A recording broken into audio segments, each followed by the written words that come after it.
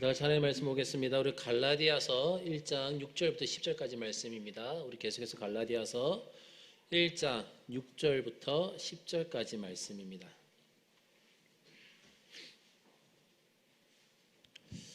다 같이 한 절씩 우리 서로 교독하도록 하겠습니다.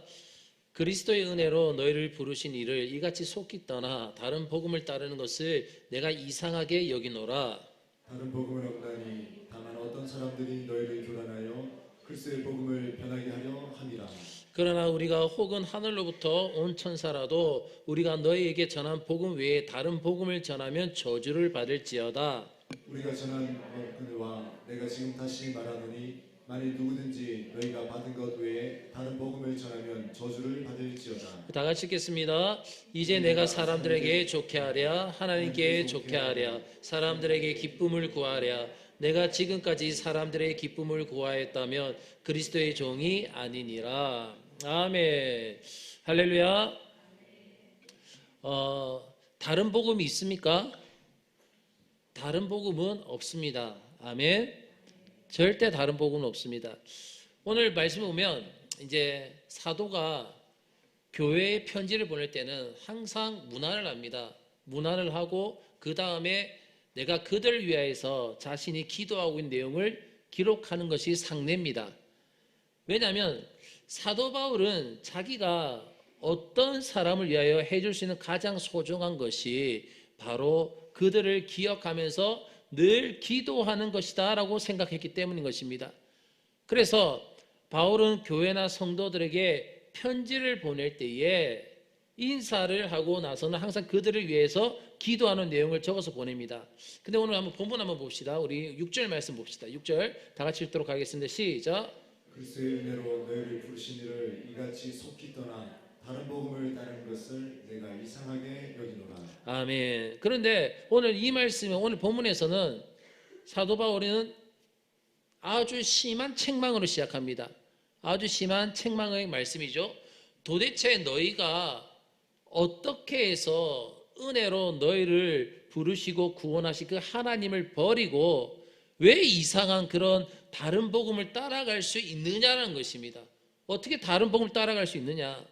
사도 바울은 이 갈라디아 교회를 대하면서 그들을 위한 아주 부드러운 기도의 내용을 도저히 실을 수가 없는 거예요. 지금 이들 향해서 도저히 부드러운 그런 말을 실을 수가 없었습니다. 왜냐하면 지금 이들이 빠져있는 문제는 사소한 문제가 아니에요. 지금 갈라디아 교인들이 빠져있는 문제가 사소한 문제가 아니라 구원의 본질에 대한 문제입니다. 구원의 본질에 대한 문제고, 바로 여기서 이들과 대결하지 않는다면 그들은 모두가 참 신앙을 잃어버립니다. 참 신앙을 잃고 멸망에 이르게 될 것이 너무나도 분명했기 때문이란 것이죠. 다른 복음을 따르는 것. 자, 우리가 우리나라에 보면 자유주의 신학이 있습니다. 대표적인 학교가 한국신학대학교죠. 한신대. 그리고 예전에 문익환 목사, 뭐 그런 분 다 자유주의 신학입니다. 자유주의 신학자들인데 그들은 잘못된 복음을 전합니다. 성경 외에, 그리고 예수를 자기 성경에서 말씀하고 그대로 전하지 않습니다. 그래서 얼마 전에 그런 일이 있었죠. 이 기장, 우리는 합동측인데 이들은 기장측이라고 얘기합니다. 합의부터 기장이야. 하여튼 기장측입니다. 기장측. 이러는데 기장 이렇게 들어가면 다 여러분들 이단이다, 자유주의 신학이다 보시면 됩니다. 교단이 기장측이다 이렇게 하면 거의 다 한신대 출신들입니다. 그들이 얼마 전에 이제 거기에서 이제 그 총회장을 뽑았습니다. 총회를 뽑는데 여자가 됐어요. 여자가 됐는데 그 여자가 그 총회에서 어떤 결정을 내렸냐면 동성애 찬성을 합니다. 동성애 찬성. 그래서 그걸 갖다가 아주 뉴스로 나와요. 왜냐하면 기독교에서 동성애를 찬성한다 이제 뭐 그렇게 나오는 거예요. 근데 안 믿는 사람들은 다 같은 기독교인 줄 알고 있습니다. 하지만 그들은 기독교가 아니에요. 예수를 제대로 믿지 않는 사람들입니다. 성경을 성경대로 보지 않는 사람들이에요. 정치로 치면 진보 성향 그런 사람들입니다. 그래서 투쟁하는 사람들, 다른 복음이죠. 그런데 그런 교회에 속한 자들이 많이 있는 거예요. 그러다 보니까 그들도 어떤 멸망의 길을 갈 수밖에 없다는 것입니다. 그래서 그 신학대학원에서 채플 시간에 예수님의 모형을 동성애로 모형을 해가지고 그렇게 거기서 행진을 시키고 그런 일들이 막 벌어지는 거예요. 근데 세상 사람들은 똑같은 기독교다. 기독교가 이제 동성애를 인정한다. 이제 그렇게 이제 나오게 되는 거죠. 그러면 이게 어떻게 됩니까? 너희들은 기독교를 인정하니 너희는 어떤 교회냐? 왜 인정하지 않느냐? 많은 사람들이 이제 그 혼란 가운데 빠지게 되는 거예요. 여러분 똑똑 들으셔야 됩니다. 한신대, 그리고 성공회, 그리고 감리교까지 또 자유주의 신학이 강합니다. 그래서 여러분들을 우리가 그러한 그 교단들을 조금씩 우리는 아예 피해야 될 대상으로 볼 수 있어야 되는 거예요. 물론 감리교 같은 경우는 다 대다수 그렇지 않지만 많은 사람들이 다 자유주의 신학 쪽으로 들어갑니다.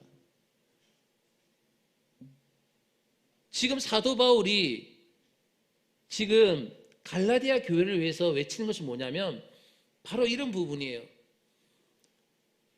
어떻게 은혜로 너희를 부르시고 구원하신 그 하나님을 버리고 어떻게 너희들은 다른 복음을 따라갈 수 있느냐는 것입니다.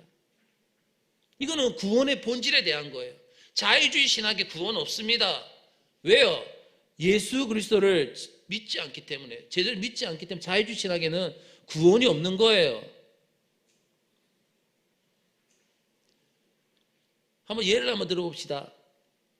어떤 아이들이 아주 높은 벼랑 끝에서 놀고 있다고 합시다. 벼랑 끝에서 막 매달려서 막 놀고 있어요. 그때 할 수 있는 것이 이런 무엇입니까? 그때 할 수 있는 것은 그들이 모두 무사히 집으로 돌아갈 수 있도록 기도하는 것이 아니에요.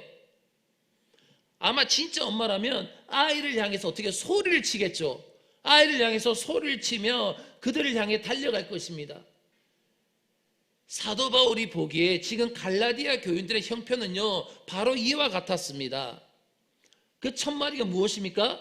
그리스도의 은혜로 너희를 부르신 이입니다.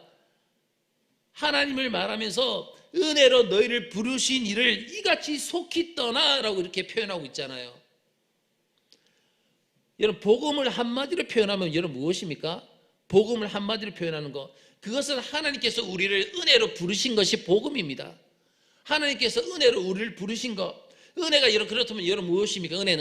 은혜는 한마디로 아무 대가 없이 우리를 구원하셨다는 뜻이에요. 어떠한 대가도 받지 아니하고 우리를 구원하셨다.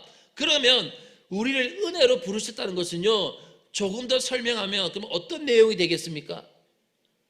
우선 첫 번째는 뭐냐면 하나님께서 우리들을 구원을 통하여서 나타내려고 하신 것, 구원을 통해 나타내려고 하신 것은 우리들의 복된 상태에 앞서가지고 하나님 자신이 찬송받으시고 하나님 자신이 높임을 받으시는 것이 목적이라는 것입니다. 그뿐만 아니라 은혜로 구원을 받았다고 하는 것은 두 번째로 뭐냐면 우리 모든 인간들은 똑같다는 것을 전제로 하는 거예요. 우리 인간들 다 똑같다, 이것을 전제로 하는 것입니다.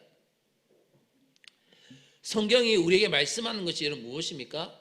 성경이 우리에게 말씀하는 것, 사람은 본질적으로 아무런 차이가 없다라는 것입니다. 그리고 세 번째로 은혜로 구원을 받았다는 것은 뭐냐면 이제는 내 마음대로 살 수 없는 거예요.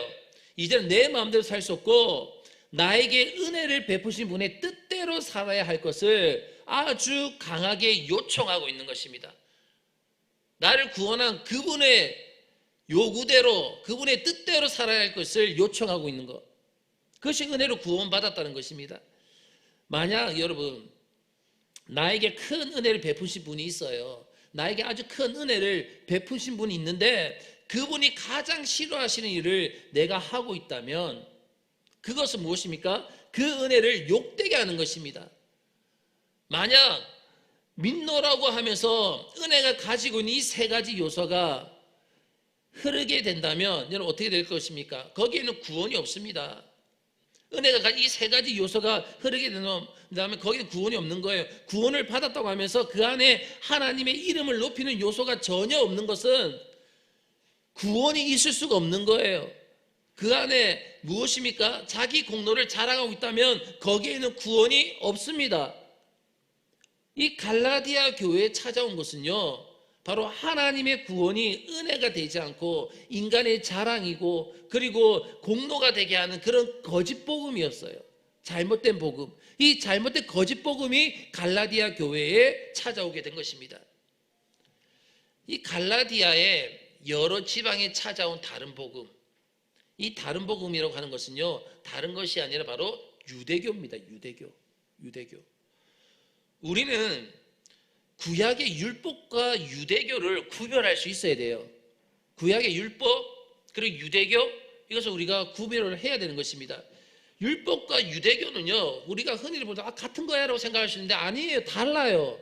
율법과 유대교는 다른 것입니다. 이 당시의 사람들이요, 이 둘을 구별할 줄 모르는 거예요. 유대교와 율법을 구별할 줄 모르기 때문에 마치 복음이 비정상적인 것처럼 생각을 했습니다. 그렇다면 여러분, 율법이라는 것이 무엇입니까? 율법.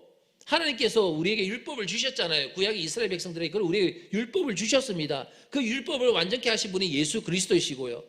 그럼 그 율법이 무엇입니까? 율법은 하나님께서 이스라엘 백성들에게 하나님 백성된 도리로서 지켜야 할 법을 주신 것이 바로 율법이에요. 바로 그 율법입니다. 이것은요, 하나님께서 그의 백성들에게 요구하시는 기준이 바로 율법이 되는 것입니다.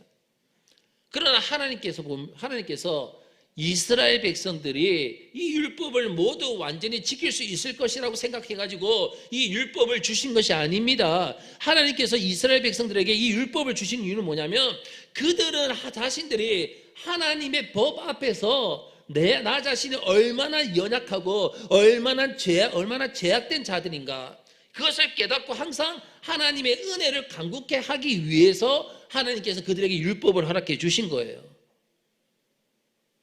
그래서 구약의 성도들은요, 율법을 그 사람이 지킴으로써 구원을 받는 것이 아닙니다.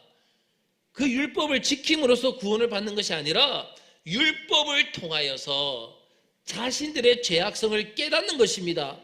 그 율법의 기준을 통하여서 그 사람이 나 자신의 죄악성을 깨닫고, 그렇다 보면 누구를 의지할 수밖에 없습니까?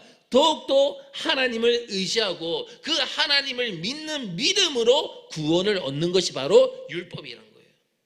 율법. 따라서 구약의 성도들이 구원을 받는 것은 믿음이지, 그리고 믿음이고 하나님의 은혜지 유대교가 아니라는 것입니다. 그러나 여러분, 유대교는 무엇입니까? 그렇다면 유대교는 무엇입니까? 바로 율법의 문자 조항 그 자체를 절대시하는 거예요. 율법은 그 율법을 통해서 내가 하나님 앞에서 죄인이고 내가 얼마나 연약한 존재고, 그걸 사실 내가 깨달음을 통해서 하나님을 믿는 믿음으로서 하나님 더 의지하며 살아갈 수 있게 하는 것이 율법인데, 그런데 유대교는 그 율법의 문자 조항 그 자체를 갖다가 절대시하는 것입니다. 율법이 믿음을 불러일으키는 간접적 역할을 하는 것이 아니라 율법의 조항을 문자적으로 많이 지키면, 쉽게 말하면 율법 조항을 계속적으로 만들어냅니다. 계속 자기들이 만들어내가지고 그것을 많이 지키면, 문자적으로 많이 지키면 구원에 가깝다는 거예요. 이게 유대주의입니다. 유대교. 그러니까 율법 자체가 절대시되면서 그 안에 들어있는 정신이나 의도 같은 것은 전혀 의미를 인정치 않습니다. 율법의 참된 의도는요, 그 율법의 참된 의도를 이들은 저버려요. 유대교는 율법의 참된 의도를 저버리고 자기들 마음대로 율법 조항을 계속적으로 엄청나게 많이 만들어냅니다. 계속 만들어내가지고 이것이 율법이라고 하면서 이것을 지킬 것을 강조를 하는 거예요. 대표적인 것 중에 하나가 뭐냐면 안식일입니다. 안식일. 어제 우리 청년들에게 참된 안식일은 무엇인가에 대해서 나눴는데, 참된 안식일은요, 여러분들 누리는 겁니다. 누리는 거. 안식을 갖다가 지키는 게 아니라 안식을 누리는 겁니다. 하나님께서 7일 동안 7일째 안식하셨다는 것은 뭐냐면, 이제 뭐 다 만들고 창조하신 다음에 다 만들고 지쳐서 피곤해서 쉬시는 것이 아니에요. 너무나 완벽하게 완전히 다 창조하셨기 때문에 그것을 어때요? 누리는 겁니다. 누리는 거. 그게 안식이에요. 안식일입니다. 안식일은 하나님이 창조를 선포해 가지고 그래서 하나님의 주권을 높이는 날이잖아요. 하나님의 주권을 높이는 날. 또한 그리스도를 통해서 죄와 사탄의 세력이 정복되고 참된 안식과 평화가 올 것을 예표하는 날이고 그 안식을 통해서 우리가 그 하나님의 은혜를 누리는 것입니다. 그것이 바로 안식일이에요. 그러나 유대교는요, 어떻게 합니까? 무조건 그날에 아무것도 하지 않는 것이 안식일을 지키는 것이었어요. 아무것도 하지 않는 것. 그래서 우리가 어릴 때 보면요, 우리 신앙에 보면 율법주의가 아니라 유대교주의가 많이 있었다는 겁니다. 무슨 말 이해되십니까? 뭐 주일날 뭐 사 먹으면 안 되고 뭐 이거 하면 안 되고 저거 하면 안 되면 이게 무엇입니까? 이거는 율법주의가 아니라 유대교주의라는 거예요.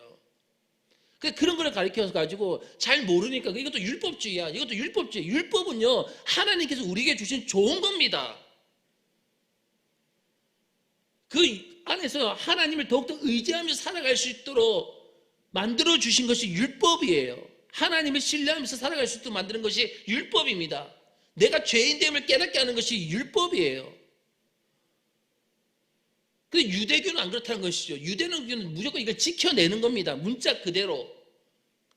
더 많은 조항들을 막 만들어내가지고 주일날 이거 하면 안 되고 저거 하면 되고 이것도 안 되고, 물론 우리가 세속주의로 살면 안 됩니다. 주일은 온전히 하나님께 온전히 드려줘야 되는 거죠. 근데 어릴 때 신앙에 봤을 때는 뭐 보수주의 신앙 이렇게 이야기도 많이 하지만 그거는 율법주의가 아니라 유대교주의가 강했다는 것입니다. 그런 신앙적인 것들이. 그래서 유대교는요, 그날에는 아무것도 하지 않는 것이 안식일을 지키는 것이었어요. 그래서 안식일에 해서는 안 되는 것 수백 가지를 만들어냅니다. 거기서 수백 가지를 만들어서 그것을 지킬 것을 강요를 해요. 이렇게 유대교는 하나의 새로운 이단이었습니다. 그래서 이스라엘 가보시면요, 전통 유대인들인데 가보시면 아주 재밌는 게 뭐냐면 안식일에 엘리베이터 버튼 누르는 것도 죄예요. 그래서 안식일 엘리베이터가 따로 있습니다. 가만히 서 있으면요, 그냥 그 엘리베이터 와서 층층마다 서는 거예요. 이 버튼 누르는 것도 죄라고 한단 말이에요. 이게 현영수 교수님이 아주 재밌는 말씀을 하셨습니다. 현영수 교수님이 아주 재밌는 이야기, 재밌는 경험을 하셨는데 그게 뭐냐면 유대인 집에, 전통 유대인 집에 방문한 적이 있으세요. 안식일에 안식 방문을 하셨는데 이스라엘이 덥잖아요. 그렇죠? 덥고 막 그렇게 여름이었던 것 같습니다. 그런데 이제 에어컨을 미리 그 전에 다 켜놓은 거죠. 그래서 딱 갔을 때에 막 움직이고 뭐 어떻게 하다가 날씨도 에어컨이 꺼져 버렸어요. 그러니까 에어컨이 꺼졌으면 어떻게 해요? 더우면 켜야 돼요? 안 켜야 돼요? 켜야 되잖아요. 그런데 땀이 뻘뻘 흘리면서 날씨는 더운데 말은 못하고 전부 다 현영수 교수님을 이렇게 쳐다보더래요. 왜냐하면 자기들이 키면 이거는 안식일을 갖다가 범하는 거야. 그러니까 이 버튼을 자기는 못 누르고 한 이방인이 있어 지금. 이방인 누굽니까? 현영수 교수님 거기 있는 거예요. 그러면 그 방 안에서 이 에어컨을 켤 수 있는 사람은 딱 한 사람밖에 없어요. 누구요? 현영수 교수밖에 없는 거예요. 그래가지고 계속 현영수 교수님이 계속 쳐다보더래요. 그래서 그 현영수 교수님이 알았다고 켜졌다는 그런 이야기를 하신 적이 있는데, 여러분, 이단 중에 이단이 유대교였습니다. 유대교. 새로운 이단이었습니다. 그런데 이미 복음을 들은 이 이방인 신자들, 이 복음을 들은 이방인 신자들이요, 유대교로 들어가려고 한 데에는 어떤 혼동이 있었단 말이에요. 어떤 혼동이 있었기 때문입니다. 그것이 무엇입니까? 유대인 신자들이 가지고 있는 성숙한 모습이, 그들이 볼 때는 유대교가 맨날 그걸 문자 그대로 막 지키려고 막 하니까 뭐예요? 그게 성숙되게 보이겠죠, 맞죠? 그런 유대인 교인들이 지키고 있는 그 성숙된 모습이었습니다. 그리고 그들의 훈련된 종교성, 제가 저번에 말씀드렸지 않습니까? 제가 그때 이스라엘 방문했을 때 통곡의 벽을, 첫 번째 이스라엘 방문했을 때에 통곡의 벽을 갔었는데, 통곡의 벽 안에 딱 들어가 보니까 이제 곧 뭐 한 초등학교 만화 1학년, 2학년 정도 되는 어린애들 4살, 5살부터 해가지고 애들이 검정색 옷을 입고 수십 명이 오와 요를 딱 맞춰서 앉아가지고 딱 똑같은 각도로 뭘 하고 있냐면 거기 막 이렇게 하면서 뭐예요? 토라를 막 보고 있는 거예요. 막 외우고 있는 거예요. 막 읽으면서 똑같이 막 이러면서 이게 무엇입니까? 훈련을 통해 이루어지는 거예요. 훈련을 통해 가지고 어릴 때부터 가정에서부터 시작해가지고 학교에서부터 시작해가지고 유대교 회당에서부터 시작해가지고 이게 무엇이냐? 다 훈련을 통해서 막 나타나는 것이죠. 그러니까 이런 모습을 할 때 정말 성숙하다 이렇게 느껴지는 겁니다. 근데 오늘 본문을 잘 보십시오. 우리 7절 말씀 볼까요? 7절 우리 다 같이 읽도록 하겠습니다. 시작. 다른 복음을 없나니 다만 어떤 사람들이 너희를 교란하여 그리스도의 복음을 변하게 하려 함이라. 아멘. 무슨 말입니까? 복음은 오직 하나입니다. 다른 복음은 없습니다. 다른 복음은 오직 하나예요. 유대인들을 위한 복음이 따로 있고 이방인들을 위한 복음이 따로 있고 그래서 사도 바울의 복음이 따로 있고 다른 사도들의 복음이 따로 있는 것이 아니라 복음은 오직 하나라는 것입니다. 복음은 오직 하나다. 그런데 갈라디아 교인들이 혼동을 겪는 부분이 있었습니다. 그래서 뭐냐면 자기들은 아무리 성령의 세례를 받고 내가 그리스도인이 되었어도 유대인들의 경건을 내가 도저히 따라갈 수가 없다는 거예요. 그 경건을 내가 도저히 따라갈 수가 없었다는 거. 여러분 유대인들의 경건은 유대교의 경건은 어디서 왔습니까? 유대교의 경건 이것은 어디서 왔습니까? 이거는 철저하게 반복된 습관에서 온 것입니다. 철저하게 반복된 습관. 무슨 의미를 알아서 그렇게 하는 것이 아니에요. 단지 다르게 사는 것보다 그런 방식이 더 익숙할 뿐이에요. 그 사람들에게는. 복음은 무엇입니까? 사람의 영혼을 완전히 휘어잡는 그런 능력이 바로 복음입니다. 이 능력은요 오랜 습관적인 훈련에 있지 않습니다. 이 복음의 능력 그러면 어디에 있습니까? 오직 예수 그리스도의 이름에 있는 거예요. 이 복음의 능력 오직 예수 그리스도의 이름 안에 있습니다. 그래서 주님이 말씀하신 게 무엇입니까? 나무를 보고 그 열매를 안다고 주님께서 말씀하셨잖아요. 나무를 보고 그 열매를 안다. 사람 자체가 변하면 열매가 맺히게 되어져 있는 거예요. 사람 자체가 변하면 열매가 열릴 수밖에 없는 것입니다. 이건 당연한 것입니다. 열매를 맺을 것 같은 것과 실제로 열매를 맺는 것과는 다르다는 거예요. 믿는 사람들에게는 훈련이 필요할 때가 많습니다. 여러분 진짜 우리도 훈련이 필요할 때가 많습니다. 그러나 우리가 명심해야 될 것이 있습니다. 훈련이 사람을 바꾸는 것이 아니에요. 훈련이 사람을 바꾸는 것이 아니고 그 사람이 변하기 위해서는 바로 훈련 이전에 영혼을 휘어잡는 그 말씀 앞에 내가 부딪혀야 될 줄을 믿습니다. 내가 훈련을 받기 이전에 내가 하나님의 말씀 예수 그리스도의 복음 앞에 내가 부딪혀야 되는 거예요. 사도 바울은 다른 복음을 전하는 자들에 대한 아주 강한 저주의 선포를 그 다음부터 하고 있는 걸 볼 수가 있습니다. 우리 8절부터 9절까지 말씀 볼까요? 8절부터 9절입니다. 다 같이 읽겠습니다. 시작. 그러나 우리나 혹은 하늘로부터 온 천사라도 우리가 너에게 전한 복음 외에 다른 복음을 전하면 저주를 받을지어다. 우리가 전에 말하였거니와 내가 지금 다시 말하노니 만일 누구든지 너희가 받은 것 외에 다른 복음을 전하면 저주를 받을지어다. 아멘. 여기서 저주라고 하는 것은 아주 강한 표현입니다. 저주. 다시 말해서 바울이 그들에게 전하여 준 것, 즉 그들이 바울로부터 받은 것은 바로 주님이 그들에게 주신 거예요. 주님께서 그들에게 주신 것이기 때문에 만일 거기에 다른 내용이 들어가면 주님께서 주신 내용인데 거기에 다른 내용이 들어가면 그것은 바로 저주를 받을 일이다 라고 말씀하고 있는 것입니다. 복음에 희석시키지 말라는 거예요. 다른 것을. 주님의 말씀에 다른 것을 섞지 말라는 거예요. 철학적인 것 섞지 말라는 거예요. 세상의 문화적인 거 섞지 말라는 것입니다. 오직 복음 그대로 주님으로 받은 그것을 그대로 말하는 것입니다. 그 이유가 무엇입니까?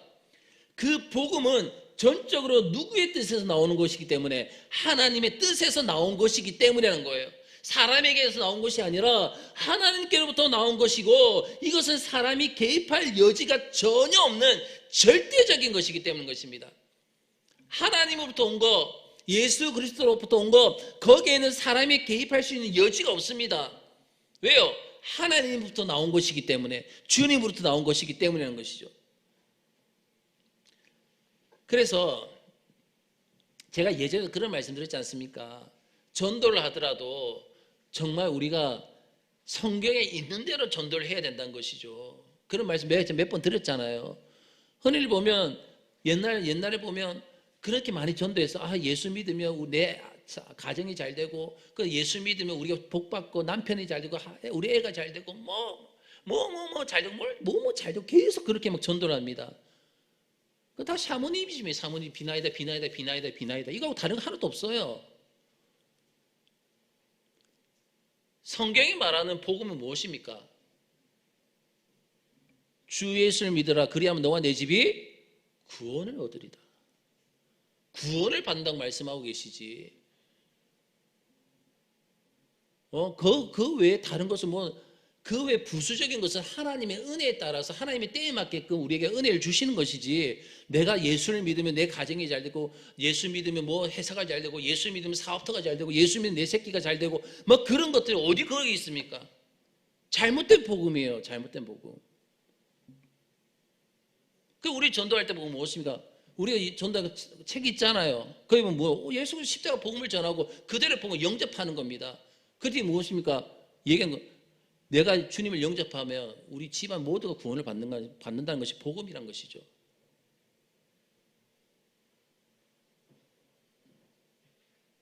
왜요? 이 모든 것 전적은 어디에서 나온 것이기 때문에, 하나님으로부터 나온 것이기 때문에, 이 전적인 것은 오직 예수 그리스도부터 나온 것이기, 절대적인 것이기 때문이시죠. 여기서 저주는요, 영원히 하나님의 것을 지정된 것을 건드릴 때 임하는 거예요. 복음은, 하나님의 성경, 이 말씀은요, 영원히 하나님의 것으로 지정된 것입니다. 그 자유주의 신학은 저주를 받아야 됩니다. 받을 수밖에 없는 거예요. 하나님의 소유로 지정된 것은요, 어떤 일이 있어도 누구도 건드려서는 안 되는 겁니다. 왜 동성애를 하면 안 됩니까? 하나님의 말씀이 그걸 죄라고 말씀하기 때문에 해서는 안 되는 거예요. 예수님이 사랑이시다 그거 가지고 갖다 붙여, 말도 안 되는 거 갖다 붙여가지고 동성애 허용해야 된다. 그게 아니란 말이에요. 이거는요, 마치 국가의 중요 시설에 있어서 출입 금지 구역과 같은 것이 복음이고 하나님의 말씀인 것입니다. 절대적인 거. 누구도 손을 대어서 안 되는 부분들. 여기서 저주를 받는다는 것은요, 단순한 욕이 아닙니다.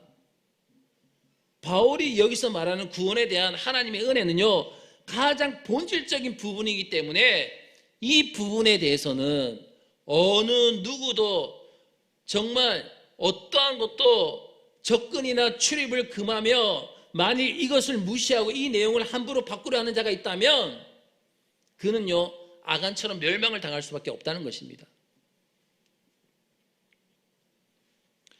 그래서 구원이 하나님의 은혜로 주어지는 사실을 건드린 사람 중에서 살아남은 자는 아무도 없습니다. 다시 말해서 우리가 손을 대야 될 것이 있고 손을 대서는 안 되는 부분이 있다는 거예요. 절대로 구원을 얻지 못하는 것입니다. 그것을 손을 댔을 때는 절대로 구원을 얻지 못한다는 그런 뜻입니다. 예수 그리스도의 십자가를 인정치 않고 그것을 믿는 자 중에서 하나님의 구원을 받을 수 있는 자가 있겠습니까? 없습니다. 예수 그리스도의 십자가를 인정하지 않으면 구원이 없습니다. 바울은 이제 갈라디아 형제들에게 질문을 합니다. 우리 마지막 10절 말씀 볼까요? 10절 말씀 다 같이 읽도록 하겠습니다. 시작. 이제 내가 사람들에게 속해하랴 하나님께 속해하랴 사람들에게 기쁨을 구하랴 내가 지금까지 사람들의 기쁨을 구하였다면 그리스도의 종이 아니니라. 아멘. 사람을 좋게 한다는 것은요, 사람의 마음을 흡족하게 하고 그들을 만족시킨다는 뜻입니다. 설교는요, 사람을 만족시키는 것이 아닙니다. 복음은 그 사람을 만족해 하기 위해서 선포되는 것이 복음이 아닙니다. 사람들이 원하는 것이 있어요. 그게 뭐냐면 자기의 존재가 인정되어야 되는 거예요. 자기의 존재가 인정이 되고 자기 안에 있는 작은 가능성이 격려되는 것입니다. 복음은요, 단순한 그런 위로가 아니에요. 단순한 그런 위로가 아닙니다. 복음은 바로 하나님의 영광을 찬양하는 것이 복음입니다. 하나님의 영광을 찬양하는 것, 하나님의 거룩하신 이름을 높여드리는 것, 이것이 바로 복음입니다. 사람들은 모두 다 똑같습니다. 여러분, 성경이 무엇이라고 증거하고 있습니까? 칭찬은 오직 하나님께로부터입니다. 칭찬은 오직 하나님께로부터. 우리를 참으로 칭찬할 수 있는 자격을 가지신 분은 오직 하나님밖에 없습니다. 인정은요, 누가 해주시는 것입니까? 하나님께서 해주시는 것입니다. 우리에 대한 인정은 하나님께서 해주시는 거예요. 가장 타락한 종교인이 사람에게 만족을 주기 위해서 존재하는 자입니다. 사람에게 만족을 주기 위해서 존재하는 자들, 그게 타락한 종교인입니다. 그는 가장 먼저 멸망을 당할 거짓 종들이에요. 그리스도의 종은요, 백성들이 하나님의 뜻을 거역할 때에 그들과 대결하는 겁니다. 대결하는 것. 그래서 그들로 하여금 바른 자리로 돌아오게 하는 것이 바로 그리스도를 기쁘시게 하는 것입니다. 산성 여러분, 우리들의 문제가 무엇입니까? 역시 은혜라고 하는 것이 얼마나 두렵고 조심스러운 것인지 알지 못한다는 것입니다. 그래서 알지 못하고 하나님의 뜻이 우리의 삶의 우선순위에 있어서 가장 마지막으로 밀리고 있다는 것입니다. 요구하지 않으면 전혀 그 중요성을 깨닫지 못하는 것이 바로 우리의 미련함입니다. 복음은요, 거저 주시니까 마치 완전 싸구려 속옷 같은 거 있잖아요. 싸구려 네이 같은 정도를 생각하지 않는다는 거예요. 여러분, 복음은요, 너무나 우리에게 귀중한 것입니다. 그 복음에 있어서는 우리가 한자라도, 하나라도, 한마디라도 오타를 남겨서는 안 되는 것입니다. 그 복음은 절대적인 것입니다.